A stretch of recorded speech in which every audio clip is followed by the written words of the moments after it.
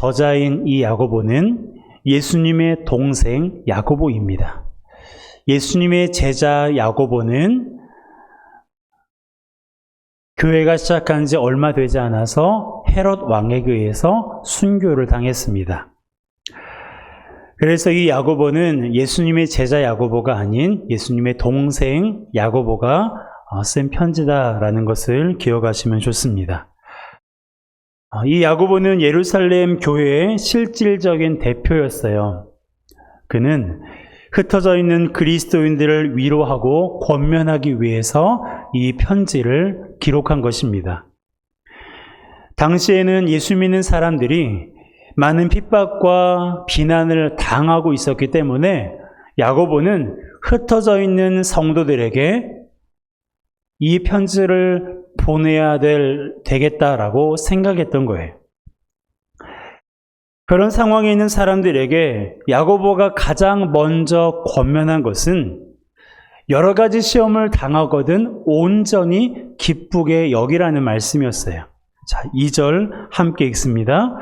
내 형제들아, 너희가 여러 가지 시험을 당하거든 온전히 기쁘게 여기라. 그냥 기뻐하라는 것이 아니에요. 온전히 기쁘게 여기라고 권면하고 있습니다. 여러분, 누구나 원치 않은 환난이 닥치면 슬프고 고통스러운 것이 당연해요. 그럼에도 불구하고 야고보는 여러 가지 시험을 당하거든, 여러 가지 시련을 당하거든 온전히 기쁘게 여길 것을 권면한 것입니다. 여기서 말하는 시험은 예수 믿다가 누군가에게 안 좋은 소리를 듣거나 무시당하는 정도의 그런 시험과 시련이 아니었어요. 집에서 쫓겨나는 거, 그것도 참 슬프고 아픈 일이지만 그 정도가 아니었습니다. 당시 초대교회 성도들이 당한 시험 그리고 시련은요, 목숨이 위협받는 시험이었어요. 히브리서 11장 35절에서 38절 한 절씩 교독하겠습니다. 저부터 읽습니다.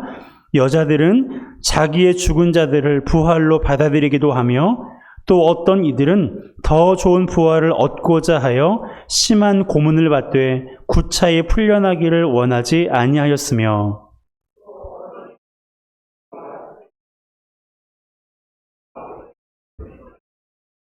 돌로 치는 것과 톱으로 켜는 것과 시험과 칼로 죽임을 당하고 양과 염소의 가죽을 입고 유리하여 궁핍과 환난과 학대를 받았으니 이런 사람은 세상이 감당하지 못하느니라. 그들이 광야와 산과 동굴과 토굴에 유리하였느니라. 아멘. 여러분, 어떻습니까? 이것이 초대교회 성도들이 당한 시험이에요. 그들이 어떤 큰 죄를 범한 게 아니에요. 사람들에게 해를 끼친 것도 아니고 국가에 대해서 반역을 한 것도 아닙니다. 그들은 예수 그리스도를 인정하고 믿을 뿐이었어요. 불의를 미워하고 말씀대로 살려고 노력할 뿐이었습니다. 단지 그 이유 때문에 이렇게 혹독한 시험을 당한 거예요. 당시 유대인만 그런 건 아닙니다. 기독교가 우리나라에 처음 들어왔을 때도 마찬가지였어요. 사람들은 예수를 서양 귀신이라고 생각하며 예수 믿는 사람들을 핍박했습니다. 가정에서 내쫓김을 당했고 마을 사람들에게 조롱과 학대를 받았으며 심지어는 죽음에 내모르기까지 했어요. 그리고 그 핍박은 일제강점기 때 정점을 찍었습니다. 많은 그리스도인들이 일제의 수하에 들어오지 않으니까 모진 고문과 목숨에 죽음에 내몰렸어요. 또한 얼마 전에는 아프가니스탄이 탈레반에 의해 점령이 되지 않았습니까? 어제 기사를 보니까 그곳에 있는 그리스도인들이 탈레반의 박해가 심해질 것을 무척이나 염려하고 있습니다. 여러분, 그들을 위해서 기도해 주시기를 바랍니다. 여러분, 이러한 상황 가운데 처해 있는 사람에게 가장 먼저 필요한 말이 어떤 말일까요? 위로의 말, 소망의 말이 아닐까요? 그런데 야고보는 이러한 절체절명의 상황 가운데 있는 사람들에게 온전히 기뻐할 것을 권면했어요. 조롱을 당하고 채찍을 당하고 있는데, 옥에 갇혀 있는데 기뻐하라는 거예요. 기쁜 척을 하라는 것이 아닙니다. 기쁘지 않은데 억지로 기쁜 척 하라는 게 아니었어요. 온전히 기쁘게 하라고 권면하고 있는 거예요.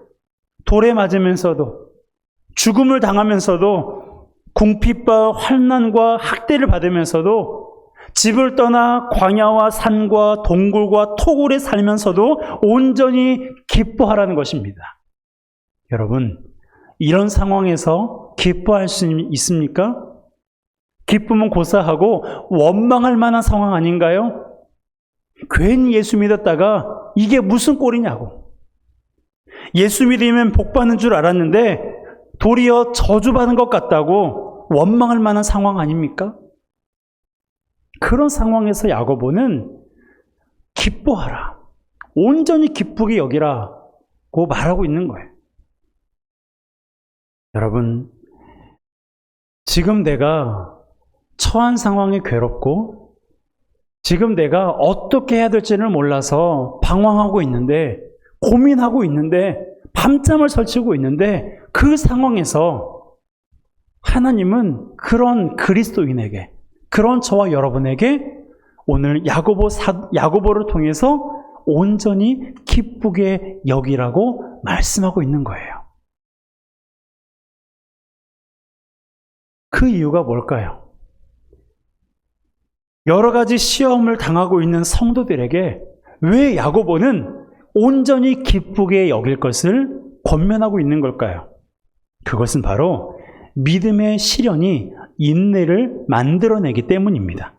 3절이에요. 함께 읽습니다. 이는 너희 믿음의 시련이 인내를 만들어내는 줄 너희가 알미라. 아멘. 이는 너희 믿음의 시련이 무엇을 만들어낸다고요? 따라합시다. 인내를 만들어냅니다. 인내를 만들어내요. 이것을 쉽게 말하면 이런 얘기예요. 당장은 시험이 힘들고 어렵게 느껴지지만 믿음으로 시험을 잘 견디고 이겨내면 인내의 열매를 맺게 된다라는 말입니다. 즉, 믿음의 시련은 인내의 열매를 맺게 하는 자양분이다라는 말이에요. 여러분, 인내의 열매는 성령의 열매 중에 하나입니다. 우리는 믿음의 시련을 통해서 인내라는 성령의 열매를 맺게 되는 거예요. 그런데 생각해 보세요. 우리가 감을 먹고 싶다고 해서 감나무의 열매가 열리자마자 그것을 따서 먹으면 어떻습니까? 먹을 수 있나요? 떨궈서 못 먹어요. 감이 익을 때까지 기다려야 돼요. 빨갛게 익을 때까지 기다려야 됩니다. 인내의 열매도 마찬가지예요. 인내의 열매가 무르익을 때까지 우리는 기다려야 됩니다. 이것은 어떤 말과 똑같을까요? 믿음의 시련을 끝까지 견디라는 말과 똑같은 거예요. 열매가 익을 때까지 농부가 포기하지 않고 자양분을 주어야 되는 것처럼 우리도 인내의 열매가 무르익을 때까지 믿음의 시련을 포기해서는 안 돼요. 얼마 동안 기도했는데 응답되지 않는다고 포기해서는 안 됩니다. 믿음으로 살아가면 일이 잘 풀릴 거라고 생각해서 열심히 신앙생활 했는데 일이 잘 풀리지 않는다고 믿음을 멀리해서는 안 돼요. 내가 교회에서 내가 하나님을 위해서 헌신도 많이 하고 봉사도 많이 했는데 지금 나의 자녀들, 지금 나의 가정, 사람들에게 자랑할 만하지 못한 그런 모습이라고 해서 기도해도 하나님께 헌신해도 충성해도 별 볼 일 없구나 라는 마음을 가져서는 안 됩니다. 우리는 인내의 열매가 무르익을 때까지, 인내의 열매가 무르익을 때까지 믿음의 시련을 끝까지 견뎌야 돼요. 야고보는 그것을 가리켜서 인내를 온전히 이루라 라는 말로 표현하고 있습니다. 4절이에요. 함께 읽습니다. 인내를 온전히 이루라. 이는 너희로 온전하고 구비하여 조금도 부족함이 없게 하려 함이라. 아멘. 그렇습니다. 우리는 인내를 온전히 이루어야 돼요. 인내라는 성령의 열매가 무르익을 때까지 기다려야 됩니다. 끝까지 참아야 돼요. 이것이 당시 초대교회 성도들에게 어떤 의미로 들렸을까요? 물리적인 저항을 시도하지 말라는 거예요. 초대교회 성도들 중에서도 로마에 대해서 물리적인 저항을 하려고 하는 사람들이 있었어요. 그렇게 하려는 사람들의 마음이 이해는 가요. 너무 고통스럽게 하니까. 특별하게 잘못한 것도 없는데 예수 믿는 사람들을 조롱하고 핍박하고 죽이니까 저항할 만한 그런 마음을 가질 수도 있을 것 같아요. 그럼에도 불구하고 야고보는 아니라는 거예요. 물리적인 저항을 하지 마라. 끝까지 참으라. 인내를 온전히 이루라고 권면하고 있는 거예요. 왜 그럴까요? 로마가 무서워서요? 아닙니다. 하나님을 전적으로 신뢰하는 야고보가 로마가 무서워서 이렇게 권면하고 있는 게 아니에요. 로마에 대항할 만한 만큼 유대인들의 힘이 약하다고 생각했기 때문도 아닙니다. 야고보가 성도들에게 인내를 온전히 이루라, 물리적인 저항을 하지 말라고 권면한 이유는요, 바로 성도들 자신을 위해서였어요. 우리 4절의 말씀을 다시 한번 읽겠습니다. 시작. 인내를 온전히 이루라. 이는 너희로 온전하고 구비하여 조금도 부족함이 없게 하려 함이라. 아멘. 자, 인내를 온전히 이루라 라고 말씀하시면서 이는 왜냐하면 누구로? 너희로. 너희가 누굽니까? 그리스도인이죠. 예수 믿는 사람들이죠. 그리스도인으로 온전하고 구비하여 조금도 부족함이 없게 하려 함이라. 그러니까 인내를 온전히 이루는 것은 야고보를 위한 것도 아니고 로마를 위한 것도 아니고 어느 누구를 위한 것이 아니라 바로 유대인 자신, 예수 믿는 성도 자신을 위해서 그렇게 하라는 거예요. 이것을 우리말 성경에서는 다음과 같이 번역하고 있습니다. 제가 읽어드릴게요. 여러분이 온전하고 성숙하게 돼 아무 것에도 부족함이 없게 될 것입니다. 특히 여기에 아무 것에도 부족한 것이 없게 된다라는 말이 있는데요. 이것은 구원받은 하나님의 백성이 천국에 들어가기 위해서 갖추어야 될 온전한 자격이란 뜻이에요. 인내해야 천국에 들어간다는 말이 아니라 하나님의 백성이라면 인내해야 된다라는 말이에요. 그것이 하나님의 백성이 갖추어야 할 온전한 자격이다라고 말하고 있는 것입니다. 여러분, 우리가 하나님의 자녀입니다. 그렇습니까? 우리가 하나님의 자녀예요. 우리가 예수 믿는 사람들이에요. 우리가 그리스도인입니다. 그렇죠? 우리는 행함으로 구원받지 않아요. 하나님의 은혜로 구원을 입었습니다. 그렇다면 하나님의 은혜를 우리가 구원을 받았기 때문에 우리는 믿음의 시련을 끝까지 견뎌야 돼요. 하나님의 은혜로 말미암아 구원을 받은 백성이기 때문에 인내를 온전히 이루어야 된다라고 말하고 있는 것입니다. 이 인내를 기가 막히게 하신 분이 누구십니까? 바로 우리 예수님이에요. 여러분, 예수님은요, 십자가에 달려 죽으실 때까지 인내하셨어요. 공생의 3년 동안 그분은 수도 없이 시험을 당하셨습니다. 사탄에게 시험을 받으셨고 종교 지도자들에게 시험을 받으셨어요. 그들은 어떻게든 예수님을 넘어뜨리려고 했어요. 곤란에 빠뜨리려고 별의별 방법을 다 사용했습니다. 하다 못해 예수님이 십자가에 달려 죽어가는 그 순간에도 사람들은 예수님을 조롱하며 시험했어요. 뭐라고요? 네가 하나님의 아들이면 십자가에서 내려와봐. 그럼 우리가 믿을게. 그들은 예수님이 숨이 넘어가는 그 직전까지도 예수님을 시험하고 조롱하고 핍박했습니다. 그런데도 예수님은 어떻게 하셨어요? 인내하셨어요. 예수님은 인내하셨어요. 자신을 넘어뜨리려고 하고 자신을 시험하는 사람들에게 감정을 퍼붓거나 그들을 저주하지 않으셨습니다. 그들을 책망하게 하셨어요. 그들의 현주소를 보게 하시려고. 여러분, 우리가 예수님을 내 삶의 주인으로 믿고 있다면, 우리가 하나님의 자녀라는 확신이 있다면 우리는 예수님이 걸어가신 길을 그대로 걸어가야 됩니다. 예수님이 걸어가신 길이 너무나 많지만 그 중에 하나가 어떤 길이에요? 인내의 길이에요. 인내하신 것입니다.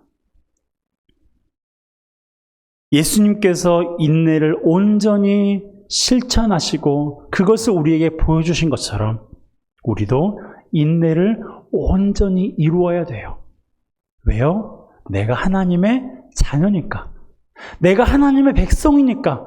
내가 하나님의 은혜로 말미암아 하나님의 자녀가 되었기 때문에 우리는 인내를 온전히 이루어야 돼요. 누가 나를 무시하고 조롱해도 어떤 사람들은 들이받아요. 하지만 우리 그리스도인들은 어떻게 해야 돼요? 우리 그리스도인은 어떻게 해야 됩니까? 인내를 온전히 이루어야 합니다. 함께 따라할까요? 인내를 온전히 이루어야 합니다. 참, 목사님 말이 쉽지요. 그런 생각 하시죠? 그래요. 쉬운 말은 쉬워요. 그런데 그렇게 하기란 너무너무 고통스럽고 괴로운 일입니다. 그렇기 때문에 우리가 누구를 의지하는 거예요? 성령 하나님을 의지하는 거예요. 이것을 우리 자신의 힘과 의지로는요 도저히 할 수 없어요. 여러분 할 수 있습니까? 저는 솔직히 말해서 할 자신이 없어요. 인내를 온전히 이루는 것은 내가 하는 게 아니에요. 내 안에 계신 성령께서 하시는 것입니다. 믿으십니까? 내 안에 계신 성령께서 나를 통해서 인내를 온전히 이루게 하시는 거예요. 여러분, 인내가 어떤 열매라고요? 성령의 열매예요. 인내는 성령의 열매입니다. 그렇기 때문에 성령께서 이 인내의 열매를 맺게 하시는 거예요. 우리가 맺는 게 아니에요. 내 힘과 의지로 맺는 것이 아니라 성령께서 내 안에서 인내의 열매를 맺게 하시고 인내를 온전히 이루게 하시는 것입니다. 이것을 기억해야 돼요. 목사님, 제가 인내해 보려고 했는데 잘 안 되던데요? 역시 하나님 말씀은 힘들어요. 역시 하나님 말씀은 순종하기가 너무너무 힘들어요. 왜 그런 줄 아십니까? 내가 하려고 하기 때문에 그래요. 내 안에 계신 주님을 의지하지 않고 내 안에 계신 성령 하나님을 의지하지 않고 내가 인내하려고 하기 때문에, 내가 견디려고 하기 때문에, 내가 참으려고 하기 때문에 안 되는 거예요. 실패하는 거예요. 낙심하게 되는 거예요. 포기하는 것입니다. 인내를 온전히 이루시는 분은 성령 하나님이십니다. 인내를 온전히 이루시는 분은 나를 사랑하사 죽기까지 사랑하시는 예수 그리스도 한 분이십니다. 그렇다면 인내를 온전히 이룰 때 우리에게 어떤 유익이 있을까요? 여러분, 하나님이 여러분에게 어떤 은혜를 베풀어 주길 원하십니까? 한번 생각해 보세요. 제가 한 10초 드릴게요. 하나님께서 솔로몬에게 말씀하셨던 것처럼 내가 너에게 무엇을 주길 원하느냐라고 말씀할 때 솔로몬이 내가 경청하는 마음, 내가 지혜를 구합니다라고 말했던 것처럼 하나님이 여러분에게 내가 너에게 어떤 은혜를 베풀어 주길 원하느냐라고 물어보신다면 여러분은 어떤 대답을 하시겠어요? 한번 생각해 보세요. 생각하셨습니까? 여러분, 그거예요.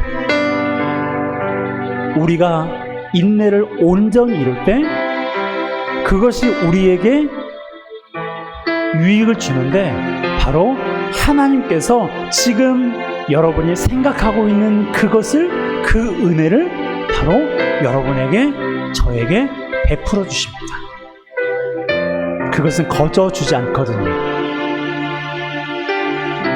여러분, 우리가 인내를 온전히 이룰 때 하나님은 우리를 유익하게 하시는데 우리 마음에 소원함을 하나님께 주시잖아요. 내 마음에 이런 하나님 보시기에 합당한 소원이 있다면 하나님은 우리가 인내를 온전히 이룰 때 그것을 저와 여러분에게 베풀어 주십니다.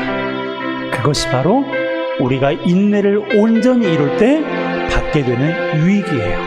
물론 그 외에도 너무나 많고 너무나 큰 유익들이 있어요. 여러분, 성령 하나님을 의지하여 우리 안에 인내를 온전히 이루시기를 주님의 이름으로 축복합니다.